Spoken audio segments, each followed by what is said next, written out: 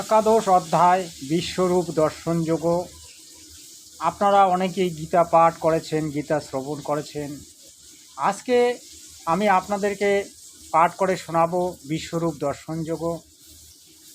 আমি প্রথমে শ্রীগুরু শ্রীচরণে শতকোটি দণ্ডবাদ প্রণাম করে আপনাদের কাছে আমার শ্রীগুরুর সেই পরম তত্ত্বকথা তথা শ্রীগুরুর মুখ নিঃসৃত যে তত্ত্বজ্ঞান থেকে আমি কিছু কথা আপনাদেরকে শোনাবো এবং গীতা পাঠ করে শোনাবো। যদি কিছু ভুল ত্রুটি হয় আপনারা নিজ গুণে ক্ষমা করবেন। মদ অনুগ্রহায় পরমঙ্গুজ্য মধ্যাত্ম সঙ্গীতম যত্তয়ক্তং বচস্তেন মোহয়ং বিগত মম ভবাপৈহি ভূতানাং শ্রুতৈ বিস্তরসময়া তত্ত্বকমলপত্রাক্ষ মহাত্মপি চব্বয়ম এবমেতজ্জদাত্মতমাত্মনং পরমেশ্বর দ্রষ্টুমিচ্ছামি তে পরমেশ্বরং পুরুষোত্তম। অনুবাদ: অর্জুন বলিলেন, আমার প্রতি অনুগ্রহ করিয়া যে গোপনীয় অধ্যাত্ম কথা আমায় বলিলে তাহাতে আমার হন্তা ও হন্য মনাত্মক মোহ দূরীভূত হইল। অনুবাদ: হে পদ্মপতায়োলোচন, তোমার নিকট ভূত সমূহের পুনঃ পুনঃ সৃষ্টি ও প্রলয়ের এবং তোমার অক্ষয় মাহাত্ম্যের কথা শ্রবণ করিলাম। হে পরমেশ্বর, তুমি নিজের বিষয়ে যাহা বলিলে তাহা এই রূপই বটে। তথাপি হে পুরুষোত্তম, আমি তোমার ঐশ্বরিক রূপ দর্শন করিতে ইচ্ছা করি। হে সর্বস্বামীন অর্থে অর্জুন, আমি যদি তাহা দেখিতে পারি এরূপ বিবেচনা করো, তাহা হইলে তোমার সেই অবিনশ্বর পরমাত্ম রূপ আমায় দেখাও। অর্জুন বলিলেন যে যদি আমাকে যোগ্য মনে করো তাহলে তোমার সেই পরমাত্ম দর্শন আমাকে দেখাও। এবার শ্রী ভগবান বলিলেন, হে পার্থ, অলৌকিক নানা বর্ণ ও আকৃতি বিশিষ্ট শত সহস্র আমার রূপ দর্শন করো। হে ভারত, দ্বাদশ আদিত্য, অষ্টবসু, একাদশ রুদ্র, 49 মরুদ্গণ, অশ্বিনী কুমারদ্বয় এবং যাহা অন্যে বা তুমি পূর্বে দেখো নাই এমন আশ্চর্য সকল দর্শন করো। হে গুরাকেশ অর্জুন, এই আমার শরীরে অবয়বরূপে সংস্থিত সেই চরাচর জগৎ এবং অন্যান্য জগতের কারণ স্বরূপ ও কুরুক্ষেত্রের যুদ্ধে জয় পরাজয় প্রভৃতি দর্শন করো। কিন্তু তুমি তোমার চর্মচক্ষু দ্বারা আমার রূপ দর্শন করিতে পারিবে না। অতএব তোমাকে দিব্য চক্ষু প্রদান করিতেছি, তুমি তাহার দ্বারা আমার অঘটন শক্তি দর্শন করো। প্রভু স্বয়ং অর্জুনকে সেই দিব্য চক্ষু দান করিলেন। তখন সঞ্জয় বলিলেন, হে মহারাজ, মহাযোগেশ্বর হরি ইহা বলিয়া পরে নিজ ঐশ্বিক রূপ পার্থকে দেখাইলেন। অনেক মুখ নয়ন বিশিষ্ট নানাবিধ অদ্ভুত দর্শন, বহুবিধ দিব্যালঙ্কারে বিভূষিত অলৌকিক আয়ুতশালী মনোহর মাল্য বস্ত্রে শোভিত স্বর্গীয় সৌরভে পরিপূর্ণ অনুলেপনে চর্চিত সকল আশ্চর্যময় প্রভা সমন্বিত অনন্ত এবং সর্বত্র মুখ বিশিষ্ট। যদি আকাশে একই সময় সহস্র সূর্য সমুদিত হয় তাহা হইলে তাহার তৎকালিক প্রভাপুঞ্জের কিছু উপশম হইতে পারে। পাণ্ডুনন্দন অর্জুন দেবদেব শ্রীকৃষ্ণের শরীরে বহু প্রকারে বিভক্ত একত্রাবস্থিত সমগ্র বিশ্ব দেখিতে পাইলেন। অনন্তর অর্জুন অতিশয় বিস্মিত ও পুলকিত হইয়া অবনত মস্তকে তাহাকে প্রণাম করিয়া কৃতাঞ্জলি পুটে বলিলেন। অর্জুন বলিলেন, হে দেব, তোমার দেহে দেবতাসমূহ, কমলাসন ব্রহ্মা, স্বর্গীয় বশিষ্ঠ আদি ঋষিগণ, জরায়ুজ, অন্ডুজ প্রভৃতি বিভিন্ন প্রাণী সকল, তক্ষক আদি সর্প সকল দেখিতে পাইতেছি। হে বিশ্বরূপ বিশ্বেশ্বর, আমি তোমার বহুতর বাহু, উদর, মুখ ও নয়নশালী অনন্ত রূপ দেখিতে পাইলাম, কিন্তু তোমার আদি মধ্য অন্ত কিছুই দেখিতে পাইলাম না। আমি কিরীটি গদা ও চক্রধারী, সকল দিকে তেজপুঞ্জশালী প্রদীপ্ত হুতাসন ও সূর্যের তেজের ন্যায় তেজ বিশিষ্ট নিতান্ত দুর্নিরীক্ষ এবং অপ্রমেয় দেখিতেছি। তুমি নিত্য পরব্রহ্ম, অজ্ঞাতব্য, বিশ্বের একমাত্র প্রকৃষ্ট আশ্রয়, শাশ্বত ধর্মের পরিচালক, সনাতন পুরুষ।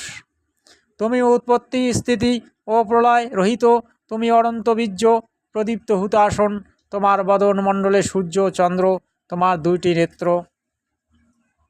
নিজে তেজে তুমি এই বিশ্বকে সর্বদা সন্তাপিত করিতেছ, ইতাদৃশ তোমায় আমি দেখিতেছি। হে মহাত্মন, স্বর্গ মত্তের অবকাশ এই অন্তরিক্ষকে দিক সকলকে একাই ব্যাপিয়া রহিয়াছ। তোমার এই অদ্ভুত উগ্রমূর্তি দর্শন করিয়া ত্রিজগৎ ভীত হইয়া রহিয়াছে। পুরো ভাগে দৃশ্যমান ওই দেবগণ শঙ্কিত চিত্তে তোমার শরণাপন্ন হইতেছেন। কেহ কেহ বা তোমার জয় হোক বলিয়া স্তব করিতেছেন, কেহ বা রক্ষা করো বলিয়া কৃতাঞ্জলি পুটে প্রার্থনা করিতেছেন। সিদ্ধগণ মহর্ষিগণ স্বস্তি বলিয়া প্রচুর বা উৎকৃষ্ট স্তুতিবাদে তোমাকে স্তবে প্রবৃত্ত হইতেছেন। একাদশ রুদ্র, দ্বাদশ আদিত্য, অষ্টবসু, সাধ্য নামক দেবগণ, বিশ্বের দেবগণ, অশ্বিনী কুমারদ্বয়, মরুদ্গণ, পিতৃগণ, গন্ধর্ব, অসুর ও যক্ষগণ সকলেই বিস্মিত হইয়া তোমাকে দেখিতেছে। হে মহাবাহু, বহু বক্ত্র ও নেত্র বিশিষ্ট, বহুবাহু, উরু ও চরণ সংযুক্ত এবং বহু দোরশালী, বহু দংষ্টা সকল করাল, তোমার এই ভয়ঙ্কর রূপ দেখিয়া লোকচয় ও আমি অত্যন্ত ভীত হইতেছি। অর্জুন সেই বিরাট রূপ দেখিয়া ভয়ে ভীত হইলেন। তারপর বললেন, হে সর্বব্যাপী, আকাশব্যাপী, সুতরাং সর্বাশ্রয় প্রভায় অতুজ্জ্বল, অনেক বর্ণবিশিষ্ট, বিস্তৃত বদন, প্রদীপ্ত বিশাল নেত্রশালী, তোমাকে দেখিয়া অন্তরাত্মা অতিশয় ব্যতীত হওয়ায় আমি ধৈর্য ও মনস্তৈর্য লাভ করিতে পারিতেছি না। অর্জুন সেই বিশ্বরূপ অর্থাৎ বিরাট রূপ দেখে মনস্থির করতে পারছেন না। অর্জুন কাঁপিতেছেন। তখন অর্জুন বললেন, হে দেবেশ, দংষ্টা করাল, প্রলয়জ্ঞানী তুল্য তোমার মুখ সকল দর্শন করিয়া আমি পূর্ব পশ্চিম প্রভৃতি দিক সকল চিনিতে পারিতেছি না এবং সুখও পাইতেছি না। অতএব হে জগদাধার, তুমি প্রসন্ন হইয়া আমায় পূর্ব প্রকৃতিস্থ করো। যে রূপ দেখিলেন অর্জুন, সেই রূপ দেখিয়া অর্জুন সন্তুষ্ট হলেন না, কারণ ওই রূপ ছিল উগ্রমূর্তি। চারিদিকে শুধু হাহাকার, আর তার মুখ থেকে নানান ধরনের অগ্নি স্ফুলিঙ্গ অর্থাৎ আগুন বেরিয়ে আসছিল এবং তিনি মানুষকে তার দংষ্টা করালে অর্থাৎ দাঁতের চাপে নিয়ে খাচ্ছিলেন। এই রূপ দেখে অর্জুন ভয়ে ভীত হইলেন। পৃথিবী পালক জয় দ্রুতাদির সহিত ধৃতরাষ্ট্রের ওই পুত্রগণ এবং অপরাজয় বলিয়া প্রসিদ্ধ ভীষ্ম, সকল ধনুর্ধরের আচার্য দ্রোণ, পরশুরামের শিষ্য সুতপুত্র কর্ণ, আমাদের পক্ষীয় ধৃষ্টদ্যুম্ন প্রভৃতি প্রসিদ্ধ যোদ্ধাগণের সহিত দংষ্টা করাল মুখে প্রবেশ করিতেছেন। তাহাদের মধ্যে কেহ কেহ তোমার দন্ত সদ্ধি সংলগ্ন হয়ে রহিয়াছেন, এরূপ দেখা যাইতেছে। এইভাবে অর্জুন দেখিতে পারলেন যে সকল বীর যোদ্ধাই, যেমন ভীষ্ম, দ্রোণ এবং সুতপুত্র কর্ণ এবং ধৃষ্টদ্যুম্ন, সকলেই তার দংষ্টা করাল মুখে প্রবেশ করিতেছেন, তার দাঁতের ভিতর দিয়ে প্রবেশ করতেছেন। এরূপ অর্জুন দেখতে পেলেন। বহুপদগামিনী নদী সকলের অসংখ্য বাড়ি প্রবাহ, সমুদ্রাভিমুখ হইয়া যেমন সমুদ্রেই গমন করে, তেমন ওই পুরো ভাগে দৃশ্যমান নরলোক বীরগণ সর্বত জাজল্যমান হইয়া তোমার মুখেই প্রবেশ করিতেছে। অর্জুন দেখিতে পাইলেন যে সকল বীর যোদ্ধাগণেই তার মুখের মধ্যে প্রবেশ করতেছে। প্রচণ্ড বেগশালী পতঙ্গগণ জানিয়াও মরণের জন্য প্রজ্বলিত অনলে যেমন প্রবেশ করে, তেমন ওই পুরো ভাগের দৃশ্যমান নরবীরগণ প্রচণ্ড বেগে মৃত্যুর জন্য তোমার মুখে সকলে প্রবেশ করিতেছে। প্রজ্বলিত মুখ সকলের দ্বারা সমগ্র জগৎকে গ্রাস করিতে করিতে তুমি লেহন করিতেছ। হে বিষ্ণু, তোমার অতি প্রখর তেজ এই সমগ্র বিশ্বকে পরিপূর্ণ করিয়া লোক সকলকে সন্তপ্ত করিতেছে। অর্জুন দেখলেন যে তার রূপ এবং তার যে বিরাট রূপ, তার যে রাক্ষস মূর্তি এই বিশ্বকে পুরো সন্তপ্ত করতেছে, অর্থাৎ বিশ্বকে পুরা জ্বালাতেছে। বিশ্বকে একদম কি বলবো, বিশ্বকে একদম সন্তপ্ত, কথার অর্থ হচ্ছে বিশ্বকে একদম জ্বালে পুড়ে খাচ্ছে। উগ্রমূর্তি তুমি কে আমাকে বলো। এবার অর্জুন বললেন যে, হে বিরাট রূপধারী উগ্রমূর্তি, তুমি কে? তোমাকে নমস্কার করি, কিন্তু তোমাকে আমি প্রণাম করি। হে দেবশ্রেষ্ঠ, তুমি দেবতা শ্রেষ্ঠ আদিপুরুষ, তোমাকে জানিতে চেষ্টা করি। আমি তোমাকে জানতে চাই তুমি কে, সে কারণ তোমার কি জন্য এরূপ চেষ্টা তাহা আমি জানি না। তোমার এই রূপ, তুমি যে এই যে যুদ্ধের জন্য আমাকে প্রচারণা দিতেছ, কি কারণে আমি তোমাকে জানিতে চাই, তুমি আমায় খুলিয়া বলো। অর্জুন এভাবে বললেন। তখন সেই ব্রহ্ম শ্রী ভগবান বলিলেন, আমি লোকক্ষয়কারী ভয়ঙ্কর কাল। অর্থাৎ কাল সেই বিরাট রূপ অর্জুনকে দেখিয়েছিলেন এবং শ্রীকৃষ্ণের মাধ্যম দিয়ে তিনি সেই বিরাট রূপটি অর্জুনকে দেখিয়েছিলেন। ওই সময় শ্রীকৃষ্ণকে তিনি আড়ালে রেখেছিলেন এবং সামনে তার উগ্রমূর্তি শ্রীকৃষ্ণকে দেখিয়েছিলেন, কারণ তার মধ্যে অনেকগুলি সিদ্ধি আছে এবং তিনি সিদ্ধির সাহায্যে এই সব করেছিলেন। এই বিশ্বের লোকসমূহকে ক্ষয় করিতে আমি প্রবৃত্ত, অতএব তুমি ব্যতীত এই সকল যোদ্ধারা বাঁচিবে না, প্রতিপক্ষীয় বীরগণ সকলেই বিনষ্ট হইবে। তিনি কি বললেন? এই মহাকাল অর্থাৎ কাল কি বললেন? যে লোকসমূহকে ক্ষয় করিতে আমি প্রবৃত্ত, অর্থাৎ লোক সকলকে, পাপীগণকে বা এই যে যুদ্ধে যে সকল যোদ্ধাগণ যুদ্ধ করিতে এসেছে তাদেরকে ক্ষয় করতে সে এই পৃথিবী লোকে অবতীর্ণ হয়েছে। অর্থাৎ অতএব তুমি ব্যতীত এই সকল যোদ্ধারা বাঁচিবে। অর্জুনকে বললেন যে তুমি ছাড়া এই যুদ্ধে অন্যান্য যোদ্ধারা বাঁচিবে না, সেই হেতু তুমি যুদ্ধাত্ম সজ্জিত হও। দেবগণেরও অজয় বিশ্ব প্রমুখ বীরের হন্তা অর্জুন, এইরূপ যশ লাভ করো এবং শত্রুগণকে পরাজিত করিয়া সমৃদ্ধ রাজ্য ভোগ করো। তোমার যুদ্ধের পূর্বেই কালরূপী আমা কর্তৃক ইহারা নিহত প্রায়, অতএব হে সব্যসাচীন, তুমি এই বিনাশের নিমিত্ত মাত্র হও। অর্জুনকে বললেন যে আমি এদেরকে হত করে রেখেছি, তুমি স্রেফ যুদ্ধের নিমিত্ত হও, তুমি অবশ্যই জয়লাভ করতে পারবে। ভীষ্ম, দ্রোণ, কর্ণ, জয়দ্রথ তদ্রূপ অন্যান্য বীর মুখ্যদিগকে আমি প্রায় মারিয়া রাখিয়াছি, তুমি ইহাদিগকে বিনাশ করো, ভয় করিও না, যুদ্ধে শত্রুগণকে পরাজিত করিতে পারিবে। এবার সঞ্জয় কি বললেন? কেশবের তথাবিধ বাক্য শ্রবণে অতিশয় ভীত ও কম্পমান অর্জুন যুক্ত করে কৃষ্ণকে নমস্কার করিয়া নতমস্তকে গদগদস্বরে পুনরায় বলিলেন। অর্জুন বললেন, হে ঋষিকেশ, তোমার নাম বা মাহাত্ম্য কীর্তনে জগৎ অতিশয় হিষ্ট হয় ও অনুরাগ লাভ করে, তেমনি রাক্ষসগণ ভীত হইয়া নানা দিকে পলায়ন করে এবং সিদ্ধ সঙ্গ নমস্কার করে, এই যাহা তাহা সকলেই যুক্তিযুক্ত। হে মহাত্মন, হে অনন্ত, হে দেবেশ, হে সর্বাশ্রয়, যেহেতু তুমি ব্রহ্ম হইতেও গুরুতর এবং হিরণ্য গর্ভেরও আদিকর্তা, তখন জগৎ তোমাকে কেননা নমস্কার করিবে। সৎ ও অসৎ এবং সৎ সতেরও অতীত অব্যয় তুমি পরম আত্মা, তুমি আদিদেব, জগতের স্রষ্টা বলিয়া পুরাণ পুরুষ, তুমি এই বিশ্বের পরম আশ্রয়, তুমি বেত্তা, তুমি বেদ্য এবং তুমি পরম ধাম। হে অনন্তরূপ, তুমি এই বিশ্ব বিস্তার করিয়াছ, তুমি বায়ু, যম, অগ্নি, বরুণ, চন্দ্র, ব্রহ্মা ও তাহারও জনক, সুতরাং তোমায় নমস্কার, তোমায় সহস্র সহস্র নমস্কার।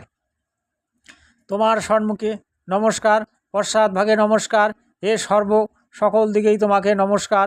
হে অনন্ত বীর্য, তুমি অসীম পরাক্রমশালী, সমস্ত ব্যাপিয়া বর্তমান, অতএব তুমি সর্বস্বরূপ। তোমার মহিমা না জানিয়া প্রমাদ ও প্রণয় বসে তোমাকে সখা মনে করিয়া হে কৃষ্ণ, হে যাদব, হে সখে ইত্যাদি যে অমর্যাদাকার বাক্য বলিয়াছি এবং বিহার শয্যা আসন ভোজনকালে নির্জনে বা বন্ধুগণ সমক্ষে উপহাসের জন্য যে তোমার অমর্যাদা করিয়াছি, তজ্জন্য অচিন্ত প্রভাব তোমার নিকট ক্ষমা প্রার্থনা করিতেছি। হে অতুল্য প্রভাব, এই চরাচর সমস্ত লোকের পিতা তুমি, তুমি শাস্ত্রোপদেষ্টা গুরু এবং তুমি একমাত্র পূজ্যাহ, অতএব তুমি গুরু হইতে গুরুতর। ত্রৈলোক্যে তোমার তুল্য কে হই নাই, তোমা হইতেই অধিক থাকিবে কি প্রকারে। অতএব হে দেব, পূর্বোক্ত কারণে অপরাধী আমি দণ্ডবাদ প্রণাম করিয়া সর্বনন্দনীয় তোমার প্রসাদ প্রার্থনা করিতেছি। পিতা যেমন পুত্রের, সখা যেমন সখীর, প্রিয় যেমন প্রিয়ার অপরাধ ক্ষমা করেন, তেমন তুমিও আমার অপরাধ ক্ষমা করো। হে দেব, অদৃষ্ট পূর্ব তোমার এই রূপ দেখিয়া আমি আনন্দিত হইতেছি, কিন্তু ভয়ও আমার মন ব্যথিত হইতেছে। অতএব তোমার পূর্বরূপ আমায় দেখাও। হে দেব, হে জগদাশ্রয়, তুমি প্রসন্ন হও। হে বিশ্বরূপ, পূর্বে তোমার যে রূপ দেখিয়াছি সেই রূপ কিরীট ও গদাধারী চক্রহস্ত তোমায় দেখিতে ইচ্ছা করি। অতএব হে সহস্রবাহ, তুমি এই বিশ্বরূপ সংহরণ করিয়া সেই কিরীটাদি সমন্বিত চতুর্ভুজ মূর্তিতেই আমার সম্মুখে আবির্ভূত হও। শ্রী ভগবান বলেন, হে অর্জুন, আমি প্রসন্ন হইয়া এই যে তোমার তেজময় বিশ্বাত্মগণাদি অনন্ত পরম রূপ তোমাকে প্রদর্শন করাইলাম, ইহা তুমি ভিন্ন অন্য কেহ কখনো দর্শন করেন নাই। হে কুরুপ্রবর, বেদধ্যায়নে, যজ্ঞাচরণে দানে অদুগ্র তপস্যায় তুমি ভিন্ন কেহই মনুষ্যলোকে আমার এতাদৃশ রূপ দর্শনে সমর্থ নহে। এতাদৃশ ভয়ঙ্কর তো আমার এই রূপ দেখিয়া তোমার যেন ব্যথা বা বিমূঢ় ভাব না হয়, তুমি নির্ভয় হইয়া প্রীত মনে পুনর্বার আমার সেই পূর্বরূপ দর্শন করো। সঞ্জয় বলিলেন, মহাত্মা বাসুদেব অর্জুনকে এই রূপ বলিয়া পুনরায় সৌম্যমূর্তি হইয়া কিরীট গদা প্রভৃতি সমন্বিত চতুর্ভুজ নিজের সেই রূপ দেখাইলেন এবং ভীত অর্জুনকে পুনর্বার আশ্বস্ত করিলেন। অর্জুন বললেন, হে জনার্দন, তোমার এই সৌম্য মনুষ্য মূর্তি দর্শন করি সম্প্রতি আমি সুস্থ চিত্ত ও প্রকৃতিস্থ হইলাম।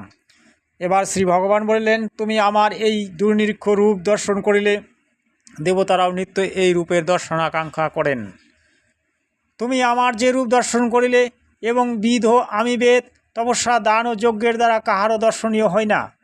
ভগবান এবার কি বললেন, যে আমার যে রূপ দর্শন করিলে বিধ আমি বেদ তপস্যা দান ও যজ্ঞের দ্বারা কাহারও দর্শনীয় হয় না। এই যে দান যজ্ঞ অনুষ্ঠানগুলি করা হয়, তপস্যা করা হয়, এগুলির মাধ্যমে ভগবান কিন্তু তাকে দর্শন দেন না। হে পরন্তপ অর্জুন, একমাত্র এক মদগনিষ্ঠ ভক্তির দ্বারাই পূর্বোক্ত রূপে আমাকে যথার্থ জানিতে ও দেখিতে এবং আমাতে প্রবেশ করিতে পারা যায়। হে অর্জুন, যিনি আমার এই নিমিত্ত কর্ম করেন, যিনি আমার শরণাপন্ন ও একান্ত ভক্ত, যিনি বিষয়ে আসক্তি শূন্য ও সর্বপ্রাণীতে দোহবর্জিত, তিনি আমাকে প্রাপ্ত হন। দেখুন শ্রী ভগবান বললেন কিভাবে তাকে পাওয়া যায়। যিনি তার নিমিত্ত কর্ম করেন এবং তার শরণাপন্ন এবং তার একান্ত ভক্ত, যিনি বিষয়ে আসক্তি শূন্য, এই কামনা বাসনা থেকে যে দূরে থাকে, ও সর্বপ্রাণীতে যার কোনো দোহবর্জিত, সর্বপ্রাণীতে যার প্রেম আছে, যার কোনো হিংসা নিন্দা নেই, তিনি তাকে প্রাপ্ত হতে পারেন। তাহলে আপনারা শুনলেন বিশ্বরূপ দর্শনযোগ। আপনাদের কেমন লাগলো আপনারা অবশ্যই কমেন্টসে লিখে জানাবেন। আর আমার চ্যানেলটিকে সাবস্ক্রাইব করবেন, লাইক করবেন, শেয়ার করবেন। আমি স্রেফ পূজ্য নামটি উচ্চারণ করছি। ওম গঙ্গা, গীতা, সাবিত্রী, সীতা, সত্যা, পতিব্রতা, ব্রহ্মবলী, ব্রহ্মবিদ্যা, ত্রিসন্ধ্যা, মুক্তিগাহিনী, অর্ধমাত্রা, চিদানন্দা, ভবগ্নি, ভ্রান্তিনাশিনী, বেদাত্তই, পরানন্দা, তদ্বার্থ জ্ঞানমঞ্জুরি। ওম শান্তি, ওম শান্তি।